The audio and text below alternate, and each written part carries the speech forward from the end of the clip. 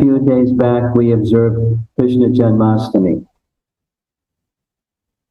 On Krishna Janmashtami, in the US, evening was the next morning in China, where they were observing Krishna Janmashtami, because as in India, one day later, right?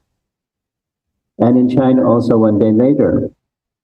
So I was asked, what's the meaning of Janmashtami? What does the word mean? So most of you know, and I'm just speaking like this so the noise can quiet down a little bit. Ashtami means 8, or the 8th day after the Purnima, because the Vedic calendar goes from Purnima to Purnima, the next month, Purnima. So this is Shravan month that begins with the Purnima when Balaram appeared, Sharat Purnima. And then you count 8, and that's when Krishna appeared, the Ashtami. So Janma, that we all know, means birth. So the appearance of Krishna is on the 8th after the appearance of Lord Balaram. Towards the very end, I'm going to show you a timeline of how it was. Remember the number. Balaram remained in the womb of a mother for 14 months. Rohini became the mother of Balaram. But he wanted to wait until Krishna came. Rohini, for those of you that are mothers, imagine being pregnant for 14 months. It was a little difficult for her, but it was worth it, waiting for Balaram to appear. And then Krishna appeared just 8 days after Balaram appeared. So that's Krishna Janmashtami. And we all know, everyone here knows, where did Krishna appear? Krishna appeared in the prison house of Kamsa. Krishna appeared in the prison house of Kamsa. And where was Kamsa's capital? Where was his headquarters? Mathura, right? Krishna was born in Mathura, in the prison house of Kamsa, as the son of Vasudeva and Devaki. So you're going to hear something a little different this evening. Well, not different, but in addition to what you already know, something additional, and that is Krishna simultaneously appeared in Vraja. Did you know that? So you're going to hear about it tonight. Krishna appeared as simultaneously with the female child of Yashoda. Yashoda gave birth to twins, Nandana Krishna and Yogamaya. Simultaneously, Mother Yashoda gave birth to twins. And when Vasudeva came to exchange the male child with the female child, which was what Vasudeva Krishna said to do, Vasudeva Krishna merged into the body of Nandana Krishna. It became one Krishna. Interesting one. Let's hear the history. Wow. Can somebody fix this?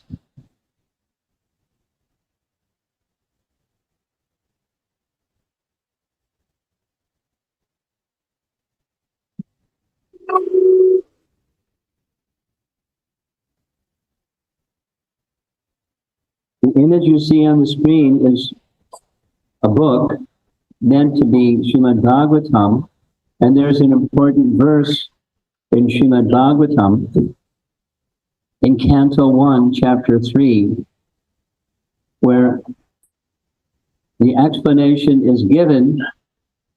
Please listen carefully. There's a question asked by the sages of Naimisharanya.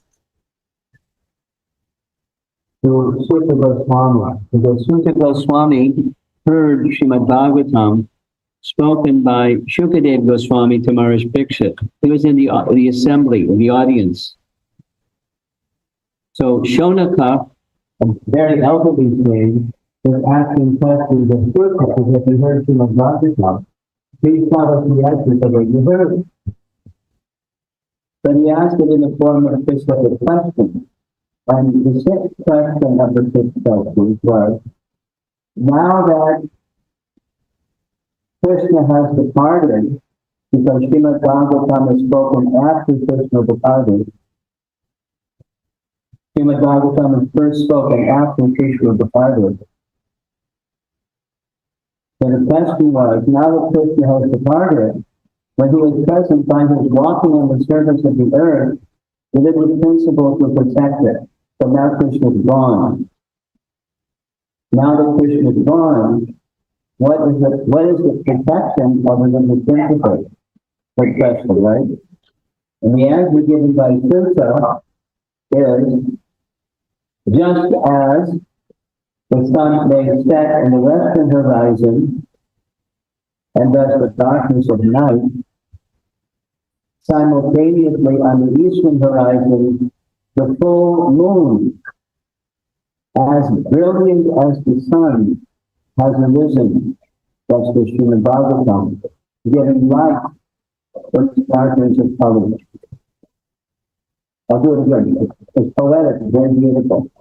Just as when the sun sets in the west and the darkness of night comes, some shortly thereafter, the full moon, as brilliant as the sun, but cooling like the rays of the moon, has appeared.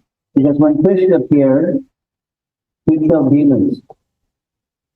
He came to kill demons because there was a petition by Mother Earth in the form of a cow to Lord Brahma, and he with the demigods went to the shore of the milk ocean and offered Purusha Sukta prayer. Sahasrakirta, Purusha, Sahasrakta, Sahasrata, etc. Appealing to the Supreme Lord to make his appearance. He agreed. And he requested the demigods to take birth on earth also, especially in the Vishnu and Yadu Dynasty. So in the Vishnu and Yadu Dynasty, there are many expansions of demigods who are participating with Krishna in the pastime. And you should know, when Krishna concluded his pastimes, he sent the demigods back to their positions. Because they were there just assistant in the pastimes. Very nice description. But after the Srimad Bhagavatam is the light by which religious principles will be maintained and upheld, as well as it's the Bhagavad Purana. It reveals Bhagavan. As Krishna spoke Bhagavad Gita, he spoke about Bhagavan. The Bhagavatam speaks about Bhagavan, Krishna, and his various avatars.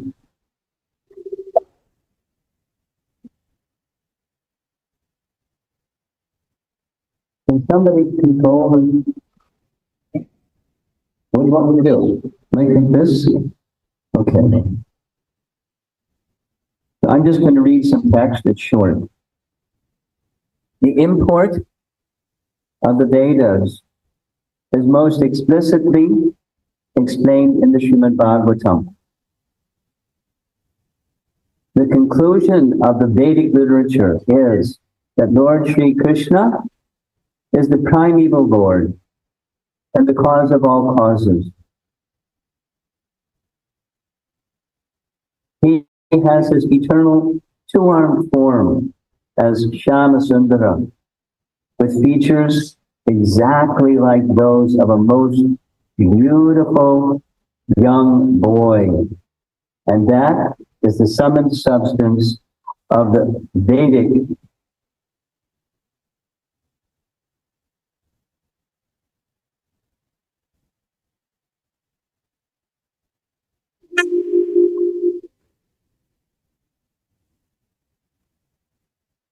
Can this go up a little bit because I can't read the text at the bottom?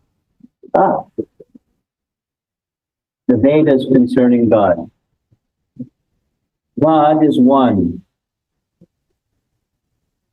But the living entities, including both the liberated and the conditioned, are many and have different grades and positions. So there's the source of everything, and there's us coming from the source of everything. And all of us have different grades and positions depending upon guna and karma. The living entities are never equal to God, but as parts and parcels of the Lord, they are eternally His servitors. As long as the living entities are situated normally as His servitors, they're happy. Otherwise, they're always unhappy. This is the Vedic conclusion.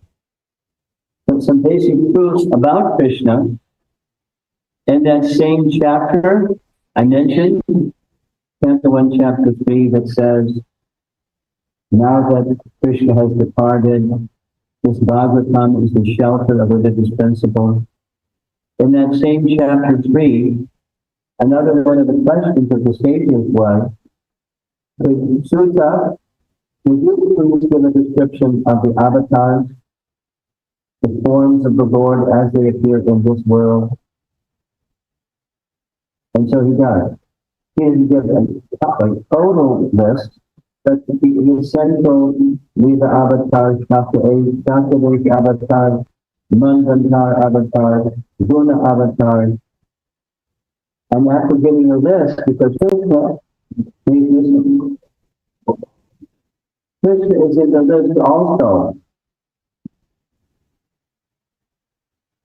of Lila avatars. I'll say it again. Krishna is in the list of Lila avatars. And then Sutta goes back and says, of all these avatars, one is the source of all of them, and that source of all of them is Swayam Bhagavan Krishna. Ete Chamsa Kala Amsat Krishnastu Bhagavan Swayam. It's a very, very important, it's considered the essential verse of the entire Srimad Bhagavatam. What you see on the screen, or at least that portion of that verse. That is, the entire 17,999 other verses are resting on that one. They're expanding that one. The source of everything, same as Krishna says in Bhagavad Gita. Aham savasya prabhavo vatam savasate iti madhavajante mam bodhabhava samandita. Krishna says the same thing. Krishna says, I am the source of everything. Matter and spirit and the source of everything. The Bhagavatam says Krishna is the source of everything. Matter and spirit and all the avatars of everything. Anything that exists. There's two things in existence. Krishna and Krishna. And there's not a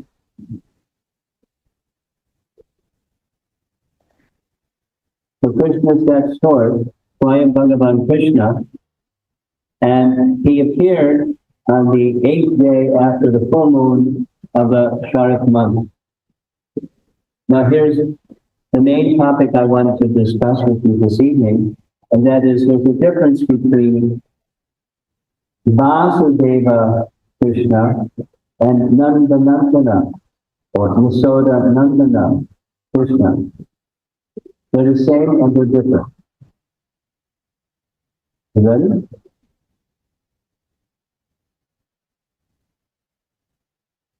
One of the differences I've already indicated. One of the differences that Krishna is the source of all avatars, including the Vasudeva form that appeared with the son of Vasudeva with a key. Here's a nice verse. It's in Sanskrit.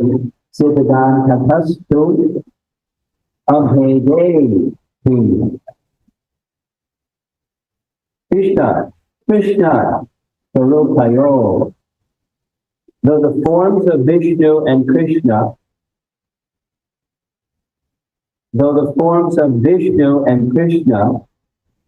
are non-different, according to the statements of Scripture, Krishna's form is shown to be superior because of his rasas. I'll give details. Which are endowed with the highest type of prema. The very nature of his rasas shows Krishna's form to be superior. And some of you are familiar with the Prabhupada's book. Some of you read Prabhupada's book.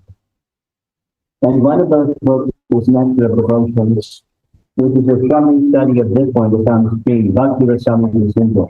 So the topic of Bhakti Rasamrita Sindhu is rasa, Bhakti rasa. Loving mellows in relation and loving service in relation to the source of everything, Krishna.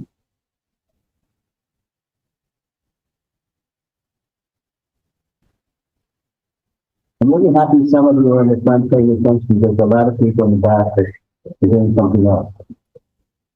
So what you do? Bhakti rasa is a very nice topic because it has to do with our nature. It's really dear to our hearts because it has everything to do with our hearts and our relationship with the source of everything, Krishna. According to Bhakti Rasamrita Sindhu, there are 64 characteristics of Krishna.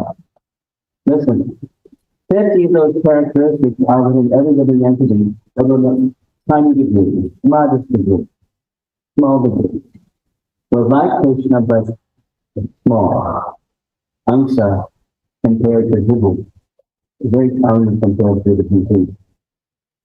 And above the position of the living entity, there's Lord Shiva, who's in another category, and he has more qualities than the living entities have, and he has more of the qualities that the living entities have.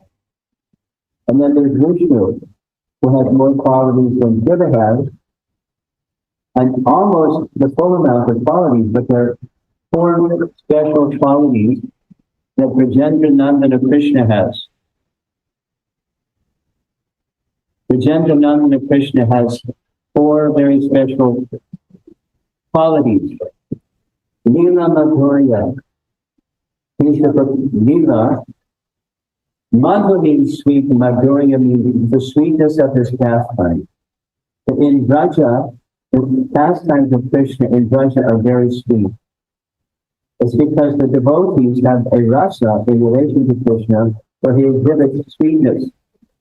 For example, there's a sweetness that Krishna exhibits with Mother Yashoda that Krishna, it's not the same relationship with Devaki. For example, when Krishna appears in the prison house of Kamsa, what does he show? A form of Narayana, with the symbol of Narayana in his forehead, helmet, ornament, weapons. He's Narayana. And he was receiving prayers from Vasudeva and Devaki, but because of he's showing his divinity to Vasudeva and Devaki, but her maternal or Vatsalya rasa is such that he requires Krishna to assume a child form. Why does he want Krishna to assume a child form? The reason is when Kamsa, who's already killed the first 6 children, heard that the 8th child of Devaki has been born, he'll come immediately try to kill you. He's seeing Narayana, and he'll be killed Narayana.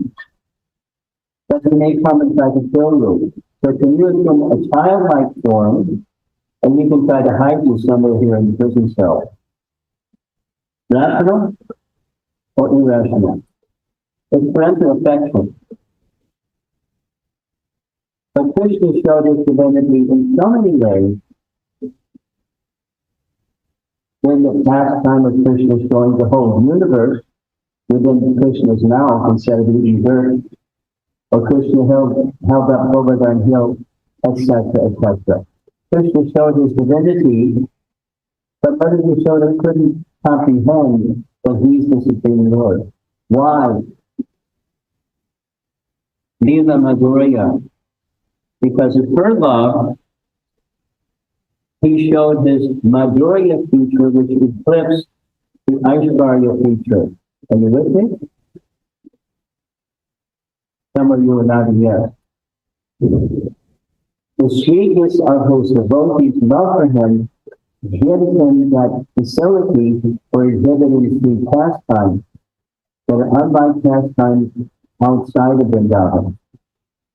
So, Nanda Nandana or Vrajendra Nandana Krishna has this quality out of 64 that is not exhibited outside of Vraja. Here's the next, Prema Madhurya, that's the devotee. He's surrounded by devotees endowed with wonderful love of Krishna. It's not that Mother Yashoda, the Vasudeva Devaki didn't have love, but it's a very, very special kind of love. A Madhurya Prema kind of love. Venu Madhurya. This is our teacher of the rasa of science from Bhakti Rasamrita Sindhu. He can attract all living entities all over the universes, plural, not just in Vraja. By playing on the flute, he attracted the cows, he attracted the gopi, he attracted all living entities in Vraja, and the power of Krishna's flute goes beyond Vraja. This is Venu Madhurya feature. And Rupa Madhurya, he has wonderful excellence of beauty, which cannot be rivaled anywhere in the creation. It was said in the Bhagavatam that when Devaki became pregnant, how did Devaki become pregnant? Not the usual way. Within the mind of Vasudeva, Krishna appeared because his mind was pure. From the mind of Vasudeva, Krishna is transferred to the mind of Devaki. From the mind of Devaki to the womb of Devaki. In this way, Vasudeva Krishna, or Devaki Nandana, made her become so beautiful. The Kamsa knew this is the 8th child of Devaki. This is it. This is the one that's supposed to kill it. And she's so beautiful. And how did she become so beautiful? Because Krishna was within the womb of Devaki. Here's a family. There's 3 slides of family trees. When Mother Earth went to Lord Brahma, pleading for relief, the demoniac things on the surface of the earth is too much. Please do something. Please the demigods to secure the milk ocean, offer to Krishna affairs. The Lord replied, I mentioned this already. The Lord replied, yes, I will appear shortly. Request all the demigods to also take birth on earth. So they did, specifically in the Yadu and Vishnu dynasties. So the Yadu Dynasty became very celebrated because Krishna appeared in the Yadu Dynasty.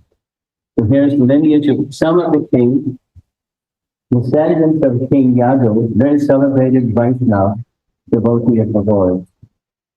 Here, one of his descendants was Vishnu, and there's descendants of Vishnu by name. And Krishna happened to appear in the Andhaka dynasty portion of the Yadu and Vishnu dynasty.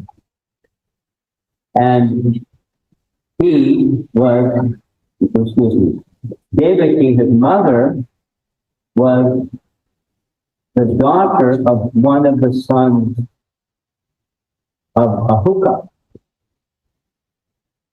Ahuka had two sons, Ugrasena. Ugrasena's son was Kamsa. Kamsa was so wicked that he imprisoned his father and took over the kingdom. Usurped the kingdom from his father and put him in prison. And so Devaki wasn't exactly his sister, he was his first cousin. But in Vedic culture, the first cousin is like a sister. So when Devaki was married, Kamsa became the chariot driver to take her after her marriage to Vasudeva, back to Vasudeva's home.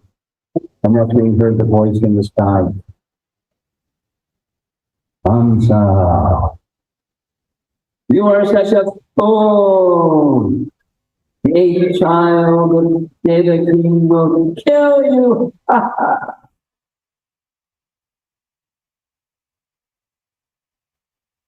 Kamsa was about to kill Devaki right on the marriage chariot. One hand on her hair, the other hand on his sword, ready to chop her head off. He was not a nice man. Vasudeva managed to persuade him, won't be nice to kill your sister on a wedding day. It's not Devaki, it's the aged child of Devaki. I give you my word. One of the names of Vasudeva was Anakundundubi. And you know how he got that name? When he was born, there was a concert of drums, musical instruments, and everything proclaiming that this man is perfectly virtuous and perfectly honored. And he was. So when Vasudeva said, I'll give you the children after they're born, don't kill your sister, he said, okay. He saved his new wife, Devaki. So Devaki was the daughter of Devaka, and Kamsa was the son of Ugrasena. So we're going to go to another slide to speak about another part of the Yadu Dynasty, where there was another king named Devamida. Devamida had two sons. One son of Devamida was from a Kshatriya wife. And the Kshatriya wife's son was named Shurasena. Shurasena had 10 sons. One of those 10 sons was Vasudeva. Another one of the 10 sons was Devabhaga. Devabhaga was son of one of Krishna's dear friends, named Uddhava. Some of you know Uddhava. Uddhava was the first way to Bhagavad Gita was short for Uddhava Gita. Uddhava Gita is found in the 11th canto of Srimad Bhagavatam. Some 10, 11 chapters that Krishna instructed Uddhava just before Krishna's departure from earth. Very, very fantastic section of the Bhagavatam. So, Uddhava was the son of Devabhaga, and Devabhaga and Vasudeva were brothers. So they're first cousins. And 8 other brothers.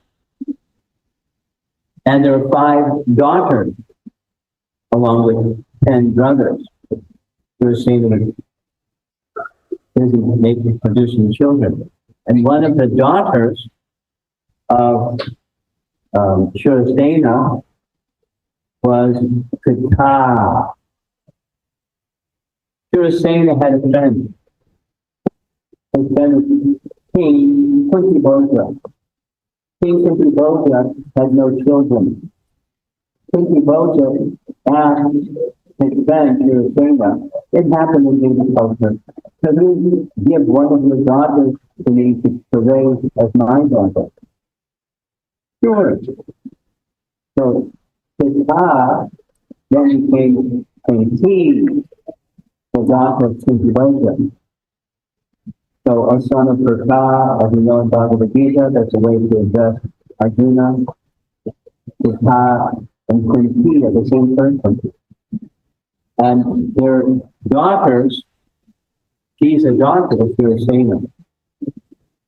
But Devalita also had a Vaishya wife, and from that Vaishya wife, he had one son named Parjanya Maharaj. As you know from Bhagavad Gita, Parjanya means rainfall. So because Parjanya Maharaj is born of a Vaishya mother, he was given charge of the agricultural land when he became the king of Vraja. King of Vraja. Parjanya. Parjanya had 5 sons. The eldest of those 5 sons was Upananda. Upananda, as is the practice, the elder brother becomes the next king. When it was time for Parjanya to transfer the kingdom to his eldest son, Upananda said, the one who is to become the next king is the one who is possessed of the best qualities. But he is seen. And because he has the best qualities, it's very evident that he has the best qualities. I accept the kingdom and simultaneously pass the kingdom on to my middle brother, the God brother. Nanda is in the middle. They all have Nanda in their name. The Upa, what's the meaning of Upa? Just like Upanishad. Upa means near. So I'll be near Nanda. He'll serve as the king because he has the best quality. Here's what he said. I cannot take responsibility without first considering as follows. Everyone is dependent on affection. Everyone is dependent on affection. Affection is dependent upon good qualities. Affection is dependent upon good qualities. Very esteemed. Good qualities are dependent upon fitness. The fitness of Nanda is not that he should be ruled over people like me, but with independence he should rule over everyone. So I'll accept the kingdom, pass it on to Nanda, Nanda will rule, and I'll be by his side. Upananda, giving my name. Just see, the Antaryami Narayana accepts him. Look, all eyes in the assembly, like bees, are attracted to the lotus feet of Nanda. From the beginning, this has been arranged by the favor of Narayana. Let him rule in my name. I will assist him as Upananda like the king.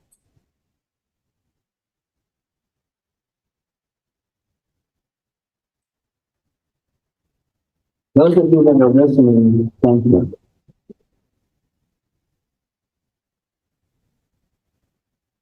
So here's a description of Mother Yashoda, who was given in marriage to Nanda. She was the daughter of Sumukha, who was another one of the, not in the royal family, but who was a chief cowherd. So Yashoda became the wife of Nanda, Nanda became the king, and over there in Mathura was Ugrasena, and Kamsa put his father in prison. Here's a nice painting showing Devaki in her 8th pregnancy. And you see the painting, there's the demigods. It's Canto 10, Chapter 2. The demigods are offering prayers to Krishna. Sounds were heard in the prison's house. And Devaki was wondering what those sounds. It's the demigods offering prayers to Krishna in the womb of Devaki. There's Krishna's lotus feet. So after Krishna appeared, as we see, in his forearm formed as Narayana, her specific prayer was, Devaki's specific prayer was that Krishna should assume a childlike, baby-like form, so she could hide him when Kamsa came to kill. So Krishna, before he assumed a childlike form, he said two things. He said, I'll assume a childlike form, but after I assume a childlike form, please take me on the other side of the river Yamuna and place me by the side of Yadu. He has also, this evening at midnight, also given birth to a female child. Actually, she gave birth to a male and a female child.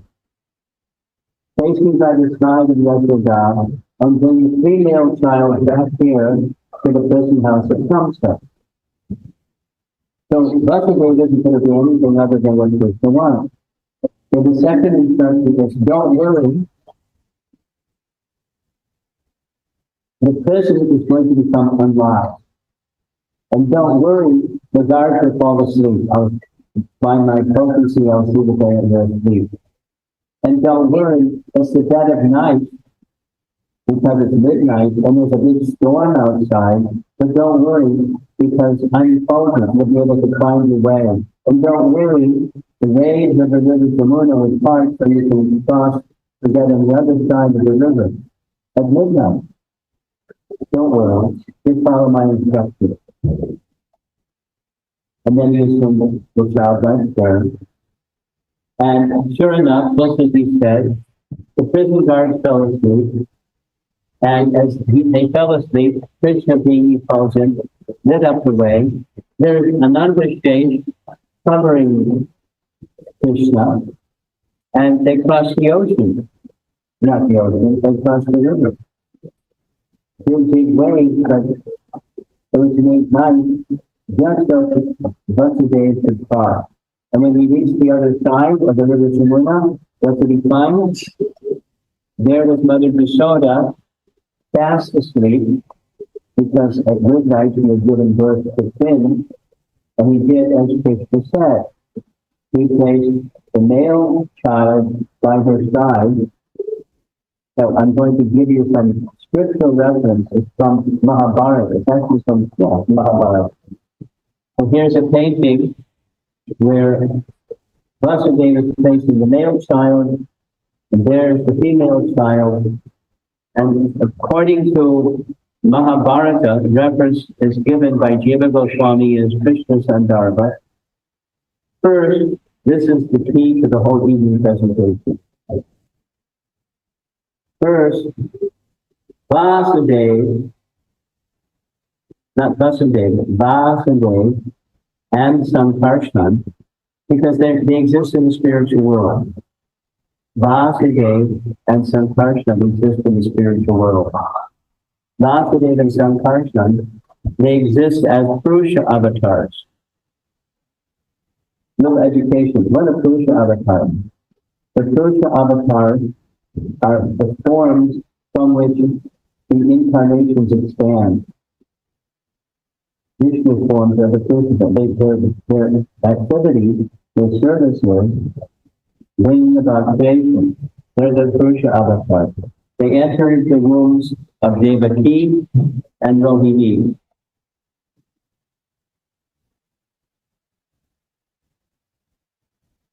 Mahabharata.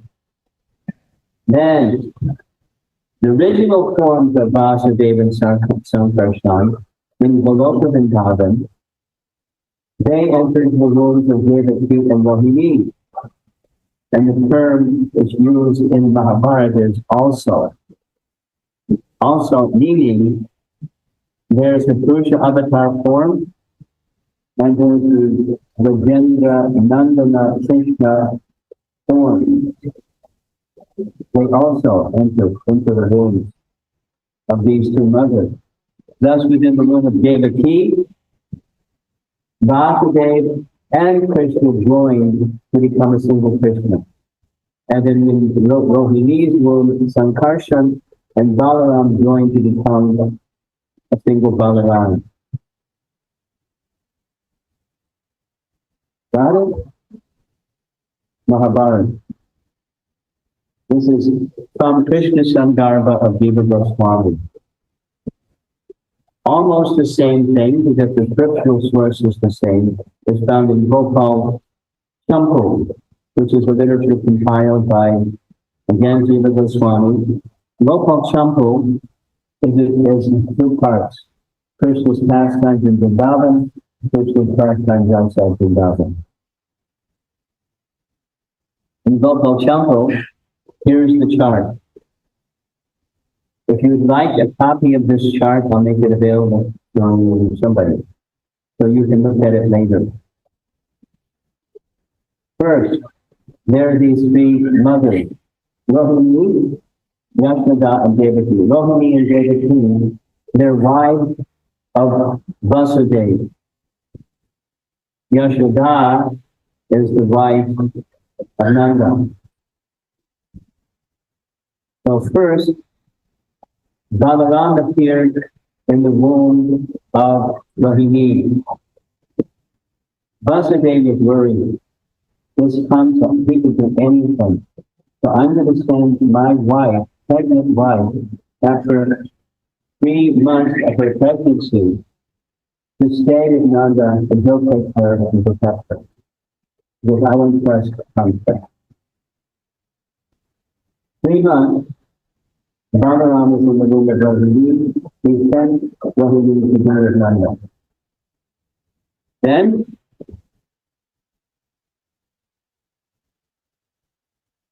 his wife, Devaki, became pregnant with Baladeva. And for 7 months, Baladeva was in the womb of Devaki.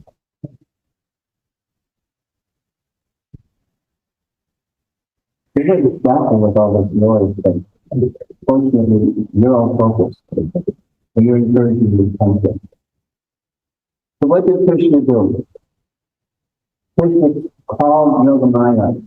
Yogamaya, I have some service for you.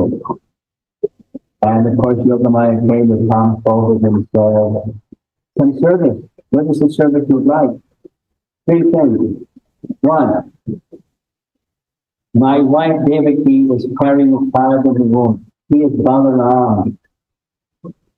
Krishna said, transfer Balaram from the womb of Devaki to the womb of Rohini. You may think he's heavy, but look, I'll give you the things you can transfer him.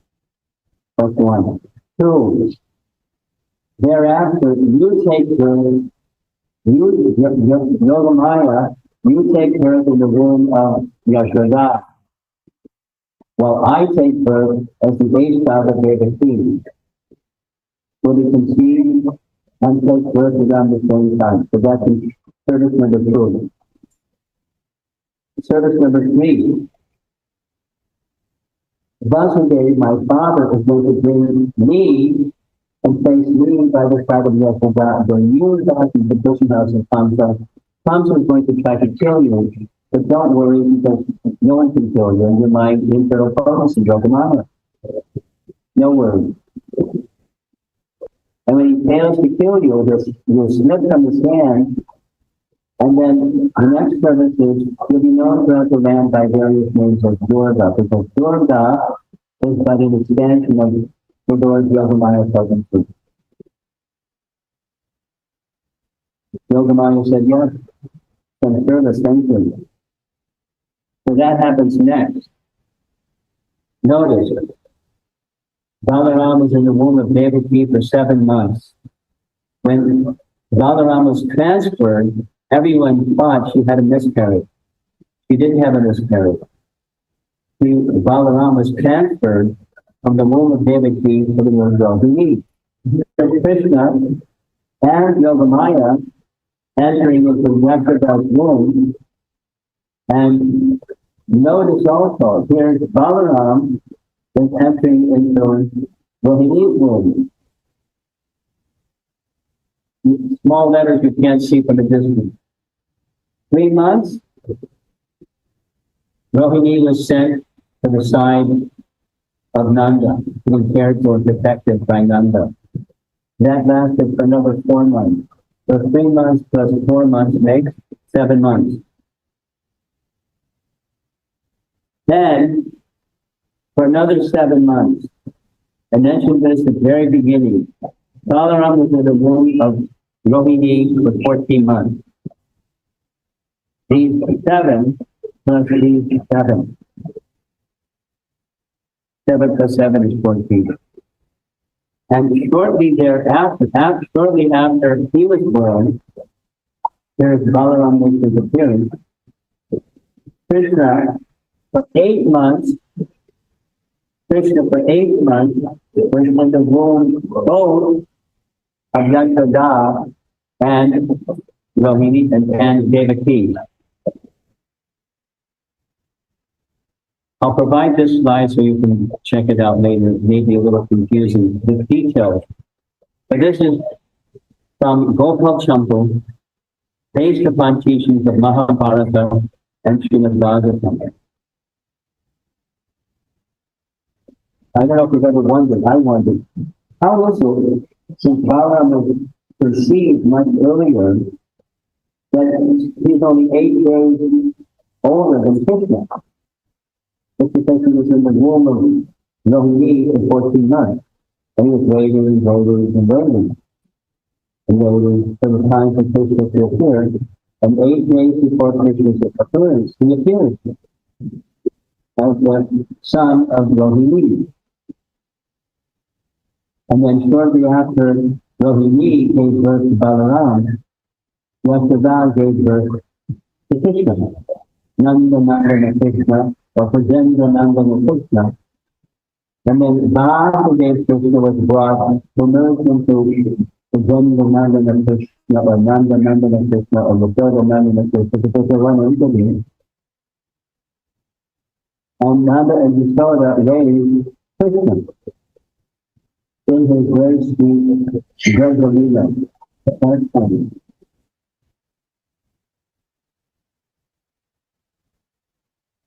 Another detail, I'll try to finish up quickly because time is running out.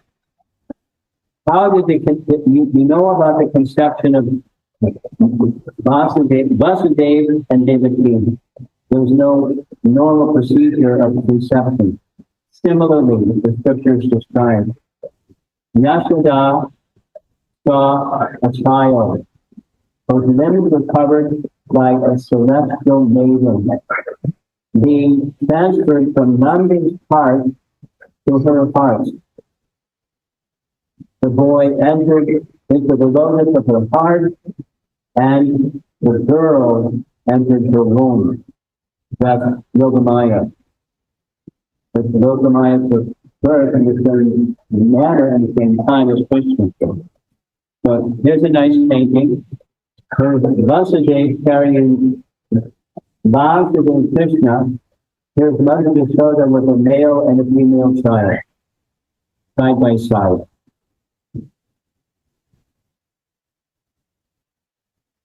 Now, in addition,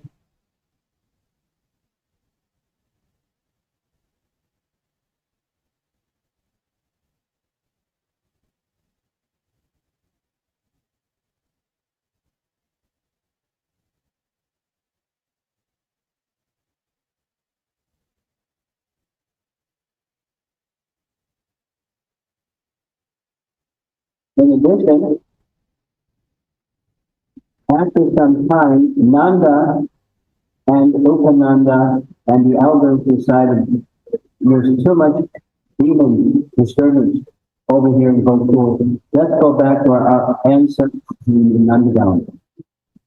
And so they did. But Nandagaon, many of you have been or will someday go the big hill, and up on top of the big hill is the palace of Nanda Maharaj, known locally as Nandagaon. This past Janmashtami, this is a photograph of the deities in Nandagaon.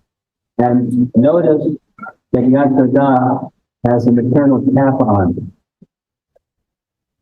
There's a tradition in the local band of Vraja, one woman, soon after she gives birth to a child, There's a cap like this. Krishna's wearing a cap like that. And next to Krishna is Balaram, the little taller, which is the elder brother. Thank you, and Nanda Maharaj. So, on Krishna Janmashtami, or in honor of the affairs of Lord Krishna, we want to take shelter of his lotus feet and make a commitment from within that we'll take shelter of him and never leave that shelter. So, I think that this is probably going past my time. Our end. And here's that one. If somebody would like to share this on to the website. I'm done.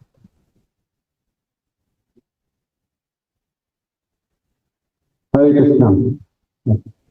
So let's give a big round of applause to Thank you.